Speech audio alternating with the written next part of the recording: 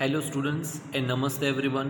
I am Dhaval sir and our today's topic is your Unit 1 chapter of Standard 8 Honeydew, the best Christmas present in the world by Michael Morpurgo. Students, as you know that in our previous two lectures we had seen that is the part 1 of this chapter and part 2 of this chapter. So this is going to be our last and third part, right? So in the first part we had seen how the writer of the chapter, that is Michael Morpurgo, wanted a desk, how he buys the desk and mends it, that means how he repairs it, how he finds the letter from that means inside the roll top desk a letter was found by him, then how he opens the letter, how he reads the letter, right? So that was the first part. Then in the second part we had seen that the description of the letter which the writer finds, the whole description of the letter which was written by Jim McPherson, who was an English army soldier and he was also the leader of the army. So he writes a letter to his wife. So that whole letter's description we had understood in the second part of our lecture, and in our today's last session of this chapter, that is the third part, we will understand that how the writer, that is Michael Morpurgo, finds or tries to find Connie, right? The letter belonged to Connie. Actually, Jim McPherson, who was the soldier in English army, had written a letter, right? And this letter was written for Connie, which was found by the writer of the chapter. So the writer tries to find out Connie. Then how did the Connie react to the writers meeting her, and how the writers meeting her had become the best Christmas present in the world for her, right? So how all these things happens, to see that we'll start with our explanation part. At the last session we had completed our chapter till here. The screen, you can see on the screen, that is the letter getting ended over here. Now today we'll start with the third part. Okay, so third part, the first paragraph says, I folded the letter again and slipped it carefully back into its envelope. I kept awake all night. Why the writer kept awake? Because he was continuously thinking about the letter, right? By morning, I knew what I had to do. I drove into Bridport. Bridport means it is the name of a place. Just a few miles away, I asked a boy walking his dog where Copper Beeches were. Right, so again this is name of the place, Copper Beeches. House number 12 turned out to be nothing but a burned out shell. Burned out means it was totally destroyed by fire, right? The address which was mentioned on the letter and the letter which was written to Connie had an address. So the writer reached over there, and when he reaches over there he finds that the house which he is finding out was totally destroyed by fire. The roof gaping, the windows boarded up. Boarded up means covered with wooden boards, right? That means the house was totally burned. So ultimately the windows were covered with the wood, right? Boards of the wood. I knocked at the house next door and asked if anyone knew the whereabouts of Mrs. McPherson, right? So whereabouts means the location of a person. So he was trying to search Connie, Mrs. McPherson, right? So he goes to the next house and he tries to inquire about her, that where is Mrs. McPherson at present living. Okay. Oh yes, said the old lady, said the old man in his slippers. He knew her well. That means the neighbor who was at the next house, he knew where exactly Mrs. McPherson lived. A lovely old lady he told me. A bit muddle-headed. Muddle-headed means confused. That means he's giving the description about Connie or Mrs. MacPherson, that she always remained in a confusion, that is muddle-headed. But at her age, she was entitled to be, wasn't she? That means he is trying to say that as she has grown old now, it is but obvious for her to behave in such a kind of manner. 101 years old. That means he is saying that the lady has turned out to be 101 years old. She had been in the house when it caught fire. So he is now giving about the description that when the fire took place in the house, Connie was inside the house only. No one really knew how the fire had started, but it could well have been candles. So the old man is saying that the fire might have taken place because of the candles which Connie used to lit at her home. She used candles rather than electricity because she always thought electricity was too expensive. The fireman had got her out just in time. She was in a nursing home now. He told me Burlington House on the Dorchester Road on the other side of the town. So he is giving the address where the old lady, that is Connie, Mrs. MacPherson, lived. Okay. I found Burlington House nursing home easily enough. There were paper chains up in the hallway, and a lighted Christmas tree stood in the corner with a loop-sided angle on top. So now he is describing the place. Which place? That is the place, nursing home, where he had reached. So what he is saying? There were paper chains up in the hallway and a lighted Christmas tree. So as we know that again, when the writer is going to find Connie, it was the Christmas time and everything was lit up with the light and everything was decorated. So Christmas tree stood in the corner with a loop-sided angle. So loop-sided means leaning to one side. Okay. I said I was a friend come to visit Mrs. MacPherson to bring her a Christmas present. So whenever we go to a nursing home or a place like that, we need to inform them that to whom we want to meet and what is the reason for meeting. So he is saying that I am a friend to her. I could see through into the dining room where everyone was wearing a paper hat and singing. Right, so it was the Christmas time. All the people living over there at the nursing home, they were wearing the cap and they were singing carols. That is the Christmas song. The matron means what? An older woman who usually had a high social position, right? So an older woman who had a high position in the society. So the matron had a hat on too and seemed happy enough to see me.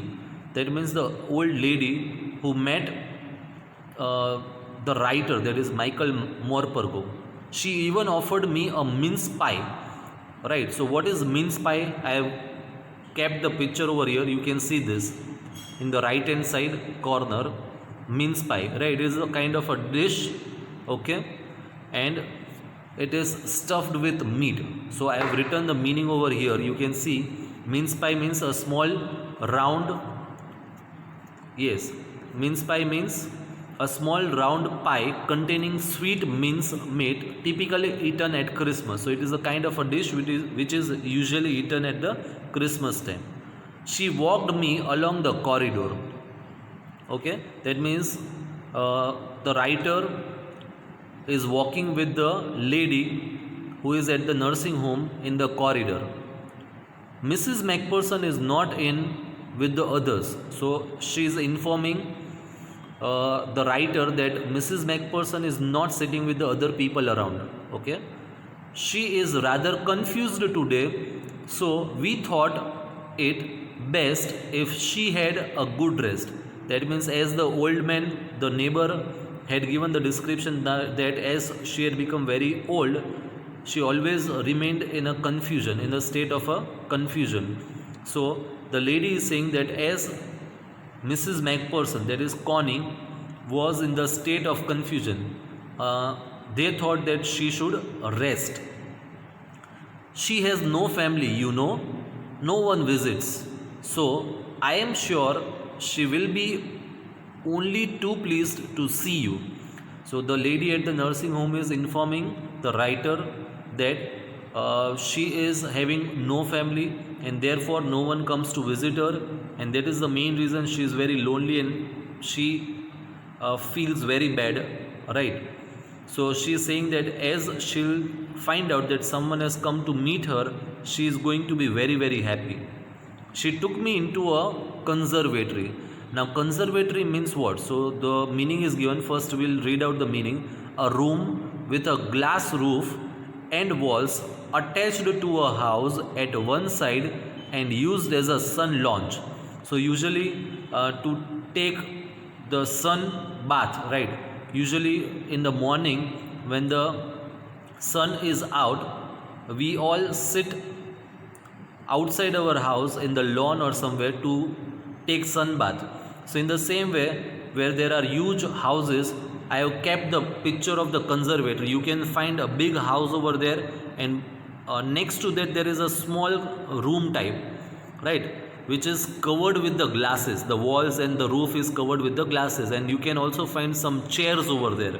So usually people sit in this sun lounge. It is a kind of a sun lounge. Okay, so they try to sit over there and try to get vitamin D, which is available from the sun. Okay, so she took me into a conservatory with wicker chairs. Now the meaning of wicker chairs: wicker means a natural material traditionally made from woven branches, right, reeds. So the branches or the reeds from the plants, right, so they are used to make light furniture. For that also I have put a picture, right. Wicker means this kind of, you can see, right, this kind of furniture which is woven with the reeds. Okay, so this is wicker chair. Fine.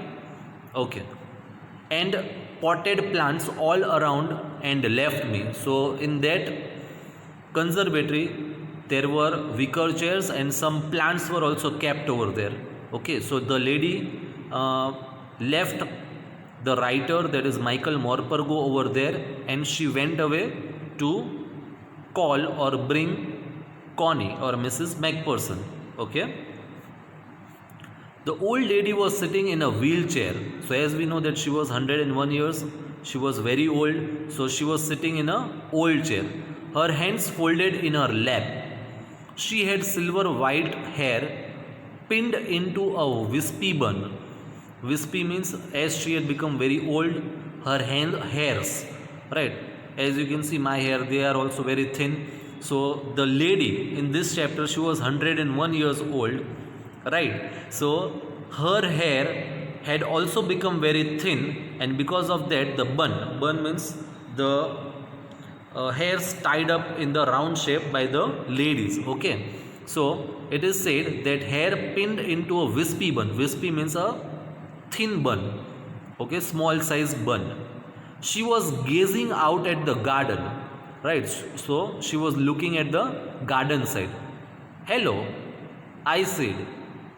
So the writer Michael Morpurgo, he is seeing Connie and he is saying hello. She turned and looked up at me vacantly. Vacantly means she was blank, totally blank, right? Because she was very old aged and she didn't remember the things a lot, right? So that is the reason it is written vacantly. Okay. Happy Christmas, Connie, I went on. So writer knew that this lady was Connie, and as it was a Christmas time, he said Happy Christmas, Connie. And I went on. I went on means he went to the lady. I found this. I think it's yours. So here the writer is talking about the letter. As I was speaking, her eyes never left my space. Never left my space means the lady, that is Connie, kept on looking continuously at the writer. Okay, I opened the tin box and gave it to her. So we know in the beginning of the chapter only that the writer had found a tin box from the roll top desk, alright, which belonged to Connie. That was the moment her eyes lit up with recognition and her face became suffused. Suffused means to spread over, right? That means a sudden feeling of happiness spread over her face with a sudden glow of happiness. Okay, so I have mentioned the meaning below.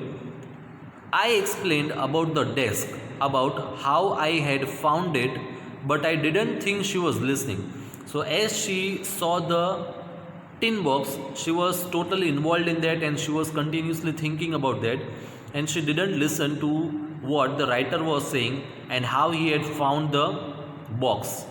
Right? For a while, she said nothing but stroked the letter. Stroke means like this. Stroke the letter tenderly. Tenderly means gently, very slowly, with her fingertips. Okay. Suddenly she reached out and took my hand. Took my hand means she holded the hand of the writer. Her eyes were filled with tears. That means the lady, Mrs. Macpherson, the name is Connie. Her eyes were filled with tears because she was very much happy. Right. You told me you would come home by Christmas, dearest, she said, and here you are, the best Christmas present in the world. Come closer, Jim, dear, sit down. Now, by reading this paragraph, you can easily understand that the lady was in a misconception, right? So, she had become very old, she had lost her memory, she could not easily recognize or remember all the things. So, as Michael Morpurgo, who is the writer of the chapter, takes the tin and the letter which belonged to Connie, he takes that and comes to Connie and shows it to her. So when she finds the letter and the tin box, she thinks that the person who is opposite to her, that is actually the writer of the lesson, Michael Morpurgo. She thinks that Michael Morpurgo is actually Jim, right? Because as I said, there she has become very old and her the memory power is very less, so she could not recognize easily. So she thought that as in the letter it was written by Jim that till the next Christmas he will be next to her, and as it was a Christmas time and exactly at the Christmas time Michael Morpurgo is with the letter and he comes to meet Connie. So Connie thinks that the person who is opposite to her is her husband, that is Jim. Okay. I sat down beside her, and yes, and that is the main reason why she finds it very interesting and she is very happy to find her husband after a long time, and that is the reason she says that this is the best Christmas present in the world. So this justifies the title of the chapter, right? So next, I sat down beside her and she kissed my cheek. Okay, I read your letter so often, Jim, every day. So these are the words spoken by Connie. I wanted to hear your voice in my head. It always made me feel you were with me. That means the lady is saying that I always imagined you. That means I always felt your presence next to me. And now you are. That means she is trying to say, and when you are not present beside me, then too I always felt your presence. But this is the time right now when you are actually in front of me. Now you are back. You can read it to me yourself. That means she is saying that this letter which you have written to me, you read it by your own. Would you do that for me, Jim dear? That means she is saying that will you please do it for me? And as I said, that she thinks that the opposite person to her is her husband Jim Macpherson. Okay, but actually it was the writer, that is Michael Morpurgo. I just want to hear your voice again. I would love that so much. And then perhaps we will have some tea. I have made you a nice Christmas cake, marzipan all around. I know how much you love marzipan. So this is what the lady is saying, Connie, that once you read out the letter, I want to hear your voice, and after that you can have the cake and the marzipan which I always keep on making for you. Okay, so that is what the chapter is. Here the chapter gets over, and I hope so that the chapter is clear to you. Okay, so once again, thank you so much for watching my video.